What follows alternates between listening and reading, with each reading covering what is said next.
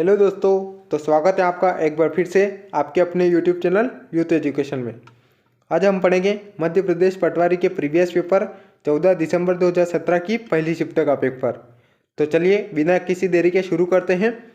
पहला प्रश्न है, जिन व्यंजनों के उच्चारण से स्वर तंत्रियों में गुंज पैदा न हो उन्हें क्या कहते हैं। इसके ऑप्शन दे रखे हैं। पहला ऑप्शन है गुंजन। तो देखिए दोस्तों, गुंजन नाम का कोई भी व्यंजनों का प्रकार नहीं होता है, तो ये गलत है। अगला ऑप्शन दे रखा है इसने अघोष।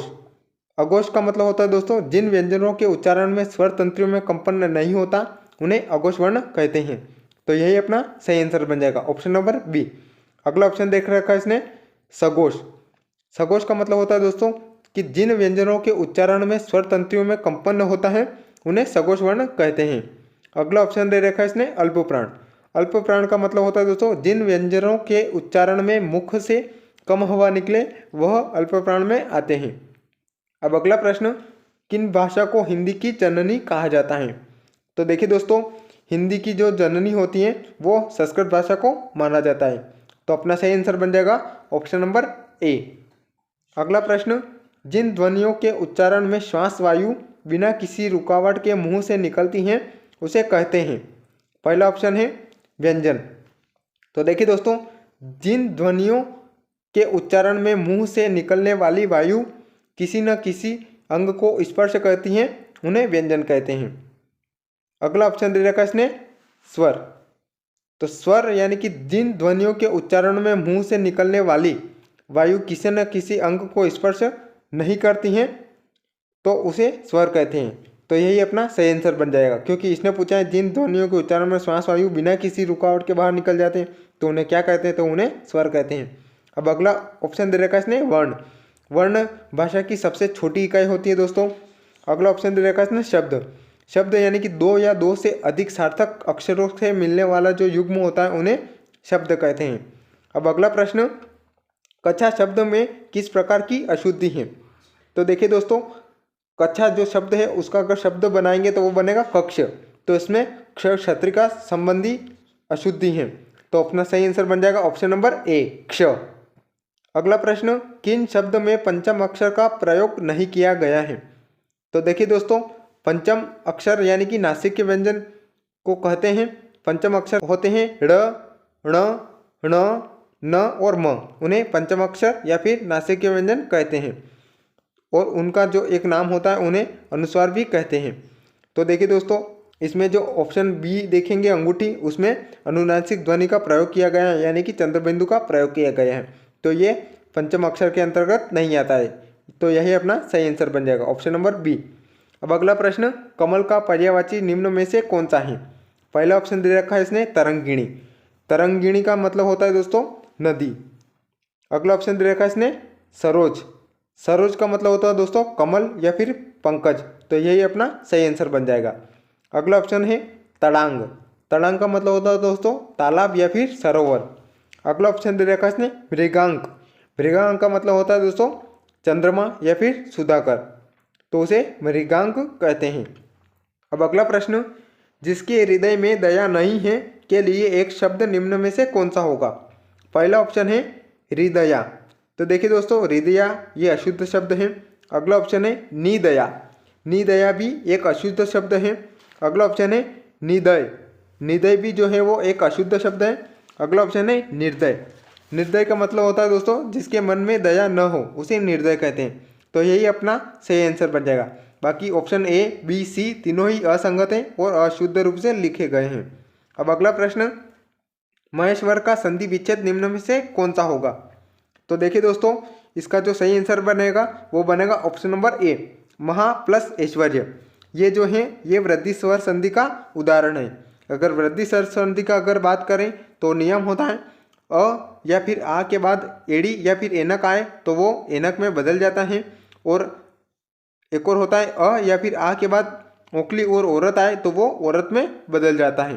तो अगर हम ऑप्शन नंबर ए को देखें तो इधर हमें आ देखने को मिलेगा और आगे एनक का देखने को मिलेगा। तो इन दोनों को मिला से जो बनेगा वो एनक बन जाएगा।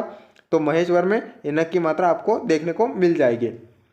अब अगला प्रश्न, अगम का विलोम शब्द निम्न में से कौन सा है। पहला ऑप्शन दे रखा है इसने आगम। आगम का मतलब होता है दोस्तों उपस्थित होना। अगला ऑप्शन है सुगम। सुगम का मतलब होता है सरल रास्ता। तो देखिए दोस्तों यही अपना सही आंसर बन जाएगा, क्योंकि अगम का जो मतलब होता है वो होता है ना चलने वाला या फिर कठिन रास्ता, और इसका विलोम पूछा है यानी कि सरल रास्ता अपना सही आंसर बन जाएगा। ऑप्शन नंबर बी सुगम। अब अगला ऑप्शन दे रखा है इसने आवागमन। आवागमन का मतलब होता है दोस्तों आना जाना। अगला ऑप्शन दे रखा है इसने अवलोकन। अवलोकन का मतलब होता है दोस्तों ध्यानपूर्वक। अब अगला प्रश्न, प्रारंभिक का विलोम शब्द निम्न में से कौन सा है। पहला ऑप्शन दे रखा है इसने अनति। अनति का मतलब होता है दोस्तों अविनम्र या फिर घमंड, उसे अनति कहते हैं। अगला ऑप्शन है अंतिम। अंतिम का मतलब होता है दोस्तों समाप्त। तो देखिए दोस्तों यही अपना सही आंसर बन जाएगा, क्योंकि प्रारंभिक का मतलब होता है शुरुआत करना और अंतिम का मतलब होता है समाप्त, और इसने विलोम पूछा है। अगला ऑप्शन है प्राचीन। प्राचीन का मतलब दोस्तों आपको पता होगा कि पुराना होता है। अगला ऑप्शन दे रखा है इसने आदिकालीन। आदिकालीन का जो मतलब होता है वो होता है प्राचीन। अब अगला प्रश्न, मान प्रत्यय से बना शब्द निम्न में से कौन सा है। तो देखिए दोस्तों पहले प्रत्यय की बात कर लेते हैं। प्रत्यय मतलब वे शब्दांश जो शब्द के बाद में लगकर उनके अर्थ में परिवर्तन लाते हैं, उन्हें प्रत्यय कहते हैं। प्रत्यय जो देखिए दोस्तों वो शब्द के अंत में लगते हैं। तो देखिए दोस्तों अगर हम ऑप्शन नंबर सी को देखें तो उसमें हमें मान प्रत्यय देखने को मिलेगा, क्योंकि इसमें सम प्लस मान बन जाएगा और शब्द के पीछे में मान हमने आपको इसी ऑप्शन में देखने को मिलेगा। बाकी मानदेय में इसमें देय मिलेगा, मान हानि में आपको हानि मिलेगी, और माननीय में आपको नीय देखने को मिलेगा। अब अगला प्रश्न, उल्टी गंगा बहना मुहावरे का अर्थ निम्न में से कौन सा है। तो देखिए दोस्तों उल्टी गंगा बहना इसमें मुहावरा पूछा है, तो पहले हम मुहावरे की परिभाषा देख लेते हैं। मुहावरे की परिभाषा होती है वे वाक्यांश जो अपने सामान्य अर्थ को छोड़कर एक विशेष अर्थ देते हैं, या फिर ये जो रहते हैं ये गागर में सागर भरने का काम करते हैं, उन्हें मुहावरा कहते हैं। तो अगर हम बात करें उल्टी गंगा बहाने का जो मुहावरा होता है वो होता है ऑप्शन नंबर सी प्रतिकूल कार्य करना। अब अगला प्रश्न, कान लगाना मुहावरे का अर्थ निम्न में से कौन सा है। तो देखिए दोस्तों इसमें अगले प्रश्न में भी यही पूछा है मुहावरे का अर्थ। तो कान लगाना का जो मुहावरा होता है वो होता है ध्यान देना। तो अपना सही आंसर बन जाएगा ऑप्शन नंबर ए ध्यान देना। अब अगला प्रश्न, वन का शुद्ध रूप निम्न में से कौन सा है। तो देखिए दोस्तों वन का अगर शुद्ध रूप की बात करें तो वो होगा वन। अपना सही आंसर बन जाएगा ऑप्शन नंबर ए। वन का मतलब होता है दोस्तों जंगल या फिर कानन। अगर हम बाण ऑप्शन की बात करें तो देखिए दोस्तों इसमें दो अशुद्धि है। एक तो इसमें ब में आ की मात्रा नहीं है, और न में जो है न का प्रयोग किया गया है, तो दो अशुद्धि हैं, तो ये गलत है। इसमें एक अशुद्धि देखने को मिलेगी वन, इसमें ब की जगह व आएगा। अब अगला प्रश्न, एक भरोसो एक बल एक आस विश्वास एक राम घनश्याम हित चातक तुलसीदास, इन पंक्तियों में निम्न में से कौन सा रस है। तो देखिए दोस्तों इसमें अगर देखें तो वो होगा भक्ति रस, ऑप्शन नंबर बी। भक्ति रस में जो है इस कविता के माध्यम से तुलसीदास जी कहते हैं कि मुझे अपने इष्ट श्री राम पर पूरा भरोसा है, एक ही बल एक ही आशा और एक ही उन पर अटूट विश्वास है। ठीक वैसे ही जैसे कि भगवान यदि स्वाति नक्षत्र का जल है, तो तुलसीदास जो है वो चातक पक्षी की तरह है। ये इन्होंने भक्ति भाव में बताया है। तो अपना सही आंसर बन जाएगा ऑप्शन नंबर बी। अगला प्रश्न है उपयुक्त विलोम शब्द चुनिए। शब्द दे रखा इसने अतिवृष्टि। तो देखिए दोस्तों अतिवृष्टि का मतलब होता है ज़्यादा वर्षा, और अगर इसका विलोम देखें तो वो बनेगा सूखा। तो सूखा का मतलब होता है अनावृष्टि। तो अपना सही आंसर बन जाएगा ऑप्शन नंबर बी। अब अगला प्रश्न, चक्रपाणी शब्द का सही विग्रह चुनिए। तो देखिए दोस्तों अगर चक्र प्राणी का अगर विग्रह करेंगे तो वो बनेगा चक्र है पानी में जिसके, अर्थात विष्णु। तो अपना सही आंसर बन जाएगा ऑप्शन नंबर डी चक्र है पानी में जिसके। अगर इसमें समास की बात करें तो वो बनेगा बहुव्रीहि समास। बढ़ते हैं अगले प्रश्न पर।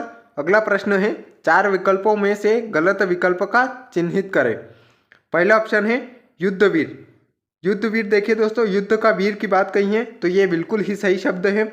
अगला ऑप्शन है दानवीर। दानवीर का मतलब होता है जो दान देता है, तो ये भी सही शब्द है। अगला ऑप्शन है धर्मवीर। धर्मवीर देखिए दोस्तों धर्म करने वाला वीर, तो ये भी सही है। अगला ऑप्शन है कर्मवीर। कर्मवीर देखिए दोस्तों, ये गलत शब्द है, इस नाम का कोई भी शब्द नहीं होता है, और कर्म करने वाला वीर ये एक असंगत है। अगला प्रश्न, जो भाव मन में स्थायी रूप से स्थिर रहता है उसे कहते हैं। पहला ऑप्शन दे रखा है इसने भाव, तो भाव का मतलब होता है दोस्तों भावना, ख्याल या फिर विचार, उसे भाव कहते हैं। अगला ऑप्शन है विभाव। विभाव का मतलब होता है दोस्तों कारण, यानी कि जो कारण हृदय में स्थित भावों को जागृत करे उसे विभाव कहते हैं। अगला ऑप्शन है स्थायी भाव। स्थायी भाव यानी कि जो भाव सहृदय व्यक्ति में हमेशा सदैव रहते हैं उन्हें स्थायी भाव कहते हैं। तो यही अपना सही आंसर बन जाएगा, ऑप्शन नंबर सी। अगला ऑप्शन है संचारी भाव। संचारी भाव यानी कि आश्रय के मन में उठने वाले अस्थिर भावों को संचारी भाव कहते हैं। अब अगला प्रश्न, गंगोर्मी में निम्न में से कौन सी संधि है? तो देखिए दोस्तों, इसमें अगर बात करें तो वो रहेगी गुण स्वर संधि। गुण स्वर संधि में का नियम होता है कि अ या आ के बाद ई हो तो वो एड़ी में बदल जाएगा, और आ के बाद अगर ऊ हो तो वो ओंकली में बदल जाएगा, और आ के बाद अगर ऋषि हो तो वो अर में बदल जाएगा। तो अगर इसका संधि विच्छेद करें तो वो बनेगा गंगा प्लस उर्मी। इसमें आ देखने को मिलेगा और आगे जो है वो बड़ा ऊ देखने को मिलेगा, और इन दोनों का मिलाप से वो जो बन जाएगा तो गंगोर्मी बन जाएगा। तो ठीक है दोस्तों, आज का वीडियो यहीं पर समाप्त होता है। अगर वीडियो अच्छी लगे तो लाइक करें, कमेंट करें और अपने फ्रेंड्स के साथ शेयर भी करें। मिलते हैं अगले वीडियो में, तब तक के लिए जय हिंद जय भारत।